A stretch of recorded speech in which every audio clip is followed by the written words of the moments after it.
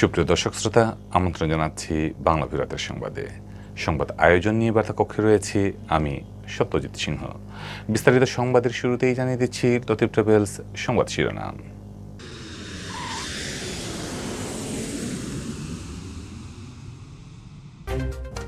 ঢাকার সাথে সিলেটের বাস ও ট্রেন যোগাযোগ বন্ধ, চাপ বাড়ছে এয়ারলাইন্সে। ইসিতে আওয়ামী লীগের প্রার্থী হাবিবুর রহমান হাবিবের প্রার্থিতা বৈধ ঘোষণা, দ্বৈত নাগরিকত্বের অভিযোগ নিয়ে হাইকোর্টে যাবেন জাপার আতিক। সিলেট পরিবেশ অধিদপ্তরের পরিচালকের স্ত্রীর বিরুদ্ধে গৃহকর্মীর নির্যাতনের অভিযোগ নিয়ে তুলকালাম, থানায় গিয়ে নির্যাতনের অভিযোগ অস্বীকার গৃহকর্মীর। পরিচ্ছন্ন নগরী গড়তে মাঠে সিসিক মেয়র আরিফ, দোকানের সামনে হকার বসতে দিলে ব্যবসায়ীদের বিরুদ্ধে ব্যবস্থা নেওয়ার ঘোষণা। দেশে গেল ৫৫ দিনের মধ্যে করোনায় সর্বোচ্চ মৃত্যু, ৭১ দিনের মধ্যে সর্বোচ্চ আক্রান্ত শনাক্ত। নানা আয়োজনে সিলেটে বাংলাদেশ আওয়ামী লীগের ৭২তম প্রতিষ্ঠা বার্ষিকী পালিত, বঙ্গবন্ধুর প্রতিকৃতিতে শ্রদ্ধা নিবেদন, আলোচনা সভা। টানা মৃত্যুর ঘটনার পর মৃত্যুহীন একদিন পার করল সিলেট বিভাগ, ১২২ জন আক্রান্ত শনাক্তের দিনে সুস্থ হলেন ৯৯ জন। এতক্ষণ শুনছিলেন সংবাদ শিরোনাম, এবারে বিস্তারিত। করোনা ভাইরাসের বিস্তার ঠেকাতে ঢাকার পার্শ্ববর্তী ৭ জেলায় কঠোর বিধিনিষেধ আরোপ করেছে সরকার। ফলে বাইরের জেলাগুলো থেকে যানবাহন ঢুকতে পারছে না ঢাকায়। বাস ও ট্রেন যোগাযোগ বন্ধ থাকায় সিলেট থেকে ঢাকাগামীর যাত্রীরা পড়েছেন মারাত্মক দুর্ভোগে। স্থলপথে যোগাযোগ বন্ধ থাকায় চাপ বাড়ছে এয়ারলাইন্সগুলোতে। সোমবার দিবাগত রাত ১২টা থেকে ঢাকার সাথে সিলেট সহ দেশের বিভিন্ন জেলার বাস ও ট্রেন চলাচল বন্ধ রয়েছে। ফলে ঢাকাগামী যাত্রীরা পড়েন বিড়ম্বনায়। অনেকে টার্মিনালে গিয়ে বাস না পেয়ে ছুটেন রেলওয়ে স্টেশনে, কিন্তু ট্রেন বন্ধ থাকায় সেখান থেকেও ফিরতে হয় ব্যর্থ মনে। ঢাকার পার্শ্ববর্তী জেলাগুলোতে কঠোর বিধিনিষেধের কারণে প্রাইভেট গাড়ি নিয়েও যাত্রীরা যেতে পারছেন না ঢাকায়। সিলেট জেলা বাস ও মিনিবাস শ্রমিক ইউনিয়নের সভাপতি মইনুল ইসলাম জানান, বিধিনিষেধের কারণে সিলেট থেকে ঢাকাগামী বাস চলাচল বন্ধ রয়েছে। মঙ্গলবার থেকে যাত্রীরা টার্মিনালে এসে ফিরে যাচ্ছেন। এর কারণে মনে হয় আটটিয়া পড়ে গেছি, তখন যাইতে পারলাম না। দেখলাম ছোটো কোনো গাড়ি যাইয়ার ব্যবস্থা করতাম পারিনি। মিস্ত্রি কাজ করতে আসছিলাম, এখন আমার বাড়িতে একটু সমস্যা আছে, তো সমস্যার কারণে আমি বাইরে যেতেছি। এই জন্য ট্রেনের অপেক্ষায় আছি। ট্রেনের কথা বলতে পারতেছি না, যে ট্রেন আজকে একজনকে জিজ্ঞাসা করলাম যে ট্রেন চলতেছে না। সিলেট রেলওয়ে স্টেশনের ব্যবস্থাপক জানান, মঙ্গলবার রাত থেকে ঢাকা সিলেটের রুটে সব ধরনের ট্রেন চলাচল বন্ধ রয়েছে। বিধিনিষেধ প্রত্যাহার হলে পুনরায় ট্রেন চলাচল শুরু হবে। ঢাকার সাথে রেল যোগাযোগ বন্ধ থাকলেও চট্টগ্রামের সাথে স্বাভাবিক রয়েছে বলে জানান তিনি। এদিকে বাস ও ট্রেন চলাচল বন্ধ থাকায় চাপ বাড়ছে আকাশপথে। যাদের জরুরি কাজ রয়েছে তারা এয়ারলাইন্সের টিকিট কেটে ঢাকা যাচ্ছেন। বিমান বাংলাদেশ এয়ারলাইন্সের সিলেট অফিসের ব্যবস্থাপক ফারুক আলম জানান, বাস ও ট্রেন বন্ধ থাকায় বিমানের যাত্রী বাড়ছে। স্থলপথে যোগাযোগ বন্ধ থাকলে আরও ২ দিন ১ দিন পর টিকিট সংকটে দেখা দেওয়ার আশঙ্কা রয়েছে। সিলেটের ৩ আসনের উপনির্বাচনে আওয়ামী লীগের মনোনীত প্রার্থী হাবিবুর রহমান হাবিবের প্রার্থিতা বৈধ ঘোষণা করেছে নির্বাচন কমিশন। বুধবার নির্বাচন কমিশনের শুনানি শেষে তাঁর প্রার্থিতা বৈধ ঘোষণা করা হয়। হাবিবের বিরুদ্ধে দ্বৈত নাগরিকত্বের অভিযোগ তুলে ইসিতে মনোনয়ন বাতিলের দাবিতে আবেদন জানিয়েছিলেন জাতীয় পার্টির প্রার্থী আতিকুর রহমান আতিক। তবে ইসি রায়ের বিরুদ্ধে উচ্চ আদালতে যাওয়ার কথা জানিয়েছেন আতিক। ১৭ জুন বাছাইয়ের দিন সিলেটের ৩ আসনের ৬ জন প্রার্থীর মধ্যে ২ জনের মনোনয়নপত্র বাতিল ঘোষণা করেন রিটার্নিং কর্মকর্তা। ওই দিনেই মনোনয়ন বাতিল হওয়া স্বতন্ত্র প্রার্থী ফাহমিদা হোসেন লুমা আওয়ামী লীগের প্রার্থী হাবিবুর হাবিবের বিরুদ্ধে দ্বৈত নাগরিকত্বের অভিযোগ তোলেন। হাবিব যুক্তরাজ্যের নাগরিক ও তিনি পাসপোর্ট সমর্পণ করেননি বলে অভিযোগ করলেও তথ্য প্রমাণ উপস্থাপন করতে না পারায় রিটার্নিং অফিসার হাবিবের মনোনয়ন বৈধ ঘোষণা করেন। এরপর গত ২০ জুন হাবিবের দ্বৈত নাগরিকত্ব নিয়ে নির্বাচন কমিশনে ইসি অভিযোগ করেন আতিক। গত মঙ্গলবার প্রথম দফায় অভিযোগের শুনানি অনুষ্ঠিত হয়। গতকাল দ্বিতীয় দফা শুনানি শেষে নির্বাচন কমিশন হাবিবের প্রার্থিতা বৈধ ঘোষণা করে। আওয়ামী লীগের প্রার্থী হাবিবুর রহমান হাবিবের দাবি, তিনি ব্রিটিশ নাগরিকত্ব সমর্পণ করেই নির্বাচনে অংশ নিয়েছেন। হয়রানির জন্যই প্রতিদ্বন্দ্বী প্রার্থী তার বিরুদ্ধে এমন অভিযোগ তুলেছেন।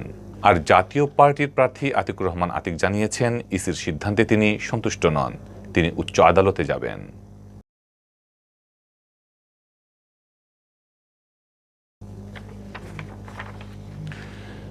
পরিবেশ অধিদপ্তর সিলেটের পরিচালক ইমরান হোসেনের বাসায় কিশোরী গৃহকর্মীকে নির্যাতনের অভিযোগ নিয়ে তুলকালাম কাণ্ড ঘটেছে।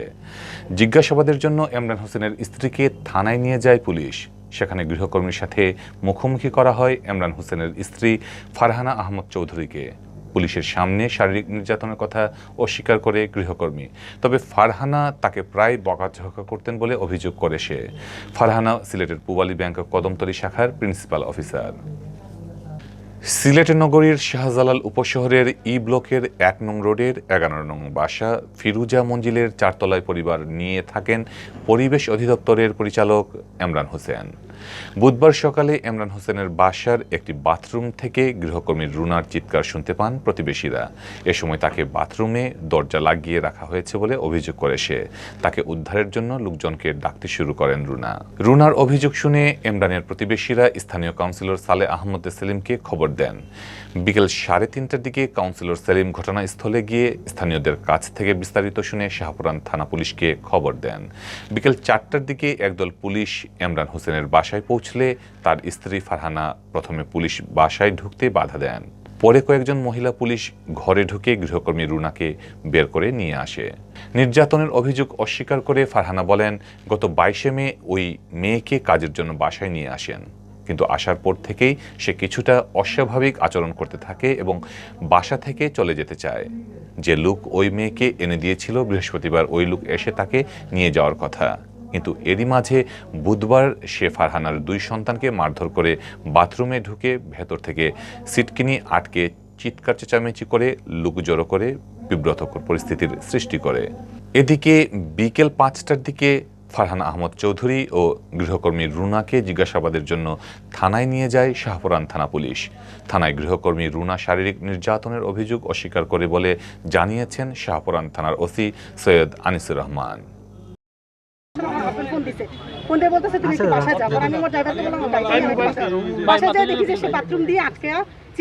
ভেতর থেকে লাগানো ছিল বাথরুমটা কিন্তু ভেতর থেকে লাগানো ছিল, বাইরে থেকে না। আমার বাথরুমে কোনো তালা সিস্টেম নাই। পরে আমি যাই দেখছি, আমি চিৎকার দিচ্ছি, আমি চাই তুই এরকম করছিস কেন, বাইরে কথা বলছিস কেন? না ইয়ে করছে, আমি বাড়ি যাওয়া ঠিক আছে, বাড়িতে স্যার কয়টা দিন পরে যাইস, আমার তো সামনে ওই যে ঈদ আসতেছে, সামনে ঈদের পরে বাড়ির দিকে চলে যাচ্ছে। এটা হচ্ছে ঘটনা। তারপর সে চিৎকার চেঁচামেচি, আমি আসার পর সে কান্না কান্না গেছে। আমার সামনে কিন্তু সে কোনো চিৎকার চেঁচামেচি করে না। আমরা মেয়েটাকেও আমাদের হেফাজতে নিছি তার সেফ কাস্টডির জন্য। অ্যাকর্ডিংলি আমরা গৃহ কর্তৃক হেফাজতে নিছি পুলিশ কাস্টডিতে। মেয়ের অভিযোগের প্রেক্ষিতে আমরা আইনানুগ ব্যবস্থা নিই।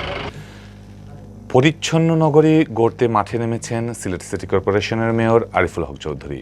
হকারমুক্ত ফুটপাত ও পরিষ্কার পরিচ্ছন্ন নগরী গড়তে নগরবাসীর সহযোগিতা চেয়েছেন মেয়র। ব্যবসায়ী প্রতিষ্ঠানের সামন পরিচ্ছন্ন ও হকারমুক্ত রাখতে ব্যবসায়ীদের নির্দেশ দিয়েছেন তিনি। এ ব্যাপারে ব্যবসায়ীদের সচেতন করতে বিলি করেছেন প্রচারপত্র। ব্যবসা প্রতিষ্ঠানের সামনে হকার বসতে দিলে কঠোর ব্যবস্থা নেওয়ারও হুঁশিয়ারি দিয়েছেন মেয়র। মুজাম্মেল হকের তোলা ছবিতে হাসান মোহাম্মদ শামীমের রিপোর্ট। বেশ কিছুদিন থেকেই বদলের প্রক্রিয়ায় আছে সিলেট সিটি কর্পোরেশন। দ্বিমুখী সড়ক আর হকারমুক্ত ফুটপাতের পর এবার পরিচ্ছন্নতার ব্যাপারে মাঠে নেমেছে সিসিক। সিলেটকে পরিচ্ছন্ন নগরী হিসেবে গড়ে তুলতে জনসচেতনতায় মঙ্গলবার লিফলেট বিলি করেছেন সিসিক মেয়র আরিফুল হক চৌধুরী। এ সময় তার সাথে ছিলেন সিসিকের অন্যান্য কাউন্সিলর ও কর্মকর্তা বৃন্দ। আমরা সিলেট সিটি কর্পোরেশন আমরা এখন মনে করি আমার জনসাধারণকে তাদেরকে একটা গণসচেতনতা দরকার। তাদের সচেতনতার মাধ্যমে আমরা যদি এটা সাকসেসফুল হই, তাহলে আমরা যে আমাদের ভাবনা দ্বিতীয় লন্ডন সিলেট শহর, সেই ভাবনাটি আমরা স্বপ্ন বাস্তবায়ন করতে পারবো। মেয়রের আহ্বানে সাড়া দিয়ে ব্যবসায়ীরাও প্রতিশ্রুতি দিয়েছেন ব্যবসায় প্রতিষ্ঠানের আশপাশের পরিবেশ সুন্দর রাখার। যেন ভালো করে চলে, যেন পরিষ্কার পরিচ্ছন্নতা এগুলো সবার জন্য ভালো, তারপরে আইন মাইনা চলা, তারপরে ফুটপাত দখলমুক্ত করা, এগুলো ঠিকই ভালো কথা। অভিযানকালে রাস্তা ও ফুটপাত দখল করে বসা হকারদের মালামাল জব্দ করেন সিটি কর্পোরেশনের অভিযানিক দল। পরিচ্ছন্ন নগরী গড়তে এমন অভিযান অব্যাহত থাকবে বলে জানান কর্পোরেশনের কর্মকর্তারা। ফুটপাতে জনগণের স্বার্থে আসলে করা হয়েছে। আমাদের লোক কিন্তু 24 ঘন্টা এখানে ডিউটি দিতেছে, তারপর আসলে পরিষ্কার রাখাটা আমাদের জন্য কঠিন হয়ে যাচ্ছে। যার কারণে আমরা এই পরিকল্পনাটা নিচে আসলে আমরা যাইয়া নিজেরা সশরীরে উপস্থিত, ফিজিক্যালি উপস্থিত ওনাদেরকে এটা বলি। ওনারা ওনাদের বাসা বাড়ির ড্রয়িং রুম যেমন পরিষ্কার রাখে, ওনার ভিতরে উনি পরিষ্কার রাখে, তো ওনার পক্ষে খুবই সম্ভব এইটুকু জায়গা উনি পরিষ্কার করে রাখতে আর কি। আর সিসিক মেয়র বলছেন, অনেক ব্যবসায়ীকে ম্যানেজ করে দোকানের সামনে ফুটপাতে বসেন হকাররা। তাই আগামীতে কারো দোকানের সামনে হকার বসলে শুধু হকার নয়, আইনি ব্যবস্থা নেওয়া হবে সংশ্লিষ্ট ব্যবসায়ীর বিরুদ্ধে। আমরা এখন এই নতুন আপনারা দেখেছেন, আমরা কর্পোরেশন থেকে আমাদের জনসচেতনামূলক প্রচারণা, আমাদের বর্জ্য কীভাবে রাখতে হবে, কিভাবে পরিষ্কার করলে আমরা নিয়ে যাব, এবং এটা আমরা এখানে কোনো গাড়ি থাকতে পারবে না, এগুলো সব কিছু লিখিত আছে। যদি এটা দেওয়ার পরে ওনারা না শুনেন, তাহলে তো আমরা বাধ্য হব আইনানুগভাবে আমাদের ম্যাজিস্ট্রেট দিয়ে সেটাকে ওনাদের উপর জরিমানা হবে। আমি বিশ্বাস করি ওনারা এটার প্রতি সচেতন থাকবেন এবং ওনারা এটা ব্যবস্থা নেবেন। হাসান মোহাম্মদ শামীম, বাংলাভিউ, সিলেট। দেশে গেল একদিনে করোনা ভাইরাসে আক্রান্ত হয়ে মারা গেছেন আরও 85 জন, যা গেল 55 দিনের মধ্যে সর্বোচ্চ। এর আগে গেল 29 এপ্রিল এর চেয়ে বেশি মৃত্যু হয়। সেদিন 88 জনের মৃত্যুর তথ্য জানায় স্বাস্থ্য অধিদপ্তর। বুধবার বিকালে স্বাস্থ্য অধিদপ্তরের পাঠানো সংবাদ বিজ্ঞপ্তিতে এসব তথ্য জানানো যায়। এদিকে মৃত্যু বাড়ার পাশাপাশি গেল 24 ঘন্টায় করোনা শনাক্তের সংখ্যাও বেড়েছে। এই সময়ে শনাক্ত হয়েছেন 5,727 জন, যা 71 দিনের মধ্যে সর্বোচ্চ। এতে দৈনিক শনাক্তের হার বেড়ে দাঁড়িয়েছে 20.27। আগের দিন ছিল 19.36%। এর আগে গত 13 এপ্রিল এর চেয়ে বেশি করোনা রোগী শনাক্ত হয়েছিল। সেদিন 6,028 জন শনাক্ত হন। বিজ্ঞপ্তিতে বলা হয়, গেল 24 ঘন্টায় 28,256টি নমুনা পরীক্ষায় 5,727 জন শনাক্ত হন। এ নিয়ে দেশে মোট শনাক্তের সংখ্যা বেড়ে দাঁড়ালো 8,66,877 জনে। স্বাস্থ্য অধিদপ্তর জানায়, গেল একদিনে যারা মারা গেছেন তাদের মধ্যে পুরুষ 55 জন ও নারী 30 জন। এ নিয়ে দেশে করোনায় মোট মারা গেলেন 13,787 জন। এদিকে একদিনে করোনা থেকে সুস্থ হয়েছেন 3,168 জন। এ পর্যন্ত সুস্থ হয়েছেন 7,91,553 জন। নানা আয়োজনে সিলেটে পালিত হয়েছে বাংলাদেশ আওয়ামী লীগের 72তম প্রতিষ্ঠাবার্ষিকী। এ উপলক্ষে সিলেট জেলা ও মহানগর আওয়ামী লীগ এবং অঙ্গ সংগঠনের পক্ষ থেকে জাতির পিতা বঙ্গবন্ধু শেখ মুজিবুর রহমানের প্রতিকৃতিতে শ্রদ্ধা নিবেদন ও আলোচনা সভার আয়োজন করা হয়। প্রতিষ্ঠা বার্ষিকী উপলক্ষে বুধবার সিলেটের জেলা আওয়ামী লীগের উদ্যোগে জেলা পরিষদ মিলনায়তনে আলোচনা সভার আয়োজন করা হয়। জেলা আওয়ামী লীগের সভাপতি অ্যাডভোকেট মোহাম্মদ লুৎফুর রহমানের সভাপতিত্বে ও সাধারণ সম্পাদক অ্যাডভোকেট নাসির উদ্দিনের পরিচালনায় আলোচনা সভায় বক্তব্য রাখেন সিনিয়র সহসভাপতি শফিকুর রহমান চৌধুরী, সহসভাপতি অ্যাডভোকেট শাফরিদ আহমদ, অ্যাডভোকেট নিজামুদ্দিন। সভায় বক্তারা বলেন, যে আওয়ামী লীগের হাত ধরে বঙ্গবন্ধুর নেতৃত্বে স্বাধীনতা এসেছে, সেই দলটির নেতৃত্বেই অর্থনৈতিক মুক্তি তথা সমৃদ্ধ দেশের দিকে এগিয়ে যাচ্ছে। প্রধানমন্ত্রী শেখ হাসিনা পিতার দেখানো পথ অনুসরণ করে বাংলাদেশকে বিশ্বমর্যাদার আসনে আসীন করেছেন। তাঁর উদ্যোগের ফলেই অর্থনৈতিকভাবে বাংলাদেশ আজ উন্নয়নের রোল মডেল। এদিকে বুধবার সকালে সিলেট মহানগর আওয়ামী লীগের উদ্যোগে সিলেট জেলা প্রশাসকের কার্যালয়ের সামনে স্থাপিত জাতির পিতা বঙ্গবন্ধু শেখ মুজিবুর রহমানের প্রতিকৃতিতে শ্রদ্ধা নিবেদন করা হয়। এ সময় উপস্থিত ছিলেন মহানগর আওয়ামী লীগের সভাপতি মাসুক উদ্দিন আহমদ, সহসভাপতি আসাদ উদ্দিন আহমদ, আব্দুল খালিক, সাধারণ সম্পাদক জাকির হোসেন, যুগ্ম সম্পাদক আজাদুর রহমান আজাদ সহ দলের আরও অনেক নেতাকর্মী। এছাড়া সিলেটের জেলা মহিলা আওয়ামী লীগ, জেলা ও মহানগর যুবলীগ, জেলা শ্রমিক লীগ, মহানগর তাঁতি লীগ, মহানগর স্বেচ্ছাসেবক লীগ, মহানগর ছাত্রলীগের উদ্যোগে বঙ্গবন্ধুর প্রতিকৃতিতে শ্রদ্ধা নিবেদন করা হয়। টানা মৃত্যুর ঘটনার পর মৃত্যুহীন দিন পার করল সিলেট বিভাগ। গেল 24 ঘন্টায় সিলেটে করোনা আক্রান্ত হয়ে কেউ মারা যায়নি। তবে মৃত্যুহীন দিনে আক্রান্ত শনাক্ত হয়েছেন 122 জন, আর একই সময়ে সুস্থ হয়েছেন 99 জন। মঙ্গলবার স্বাস্থ্য অধিদপ্তরের সিলেট বিভাগীয় পরিচালক ডক্টর সুলতানা রাজিয়া স্বাক্ষরিত এক প্রতিবেদনে এ তথ্য জানানো হয়। গেল বছরের মার্চ থেকে এবছরের 23 জুন পর্যন্ত 14 মাসে সিলেট বিভাগে করোনায় 452 জনের মৃত্যু হয়েছে। এর মধ্যে করোনায় আক্রান্ত হয়ে সবচেয়ে বেশি মারা গেছেন সিলেট জেলায়। এ জেলায় করোনায় 370 জনের মৃত্যু হয়েছে। এছাড়া সুনামগঞ্জে 30 জন, হবিগঞ্জে 19 জন ও মৌলভীবাজারে 33 জন রয়েছেন। প্রতিবেদনে উল্লেখ করা হয়, গেল 24 ঘন্টায় সিলেটের 4টি ল্যাবে নমুনা পরীক্ষায় 122 জন করোনা আক্রান্ত শনাক্ত হন।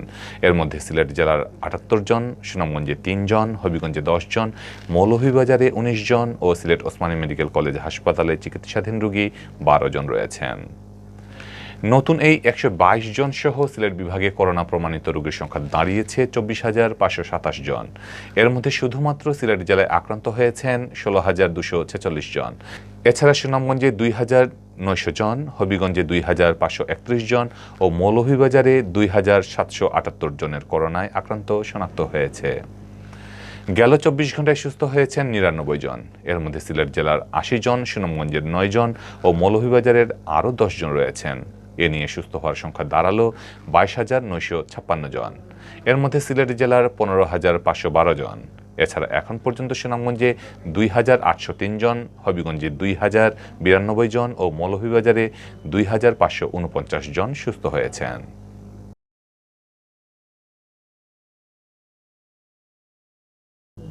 সুপ্রিয় দর্শক শ্রোতা, এতক্ষণ দেখছিলেন বাংলাভিউ রাতের সংবাদ। কিছুক্ষণ পর শুনুন সিলেটের আঞ্চলিক ভাষায় রাতের সংবাদ। দেখার আমন্ত্রণ জানিয়ে বিদায় নিচ্ছি। সাথে থাকার জন্য ধন্যবাদ।